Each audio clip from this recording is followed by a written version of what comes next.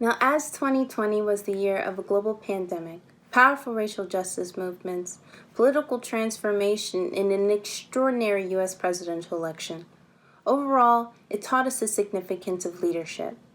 Now, Dr. Martin Luther King, who was a monumental leader of the civil rights movement, was regarded as one of the most influential leaders in U.S. history. Now, why is that? Well, since he was the son of a Baptist pastor who was also a powerful leader, he remembered two things: equality and vision.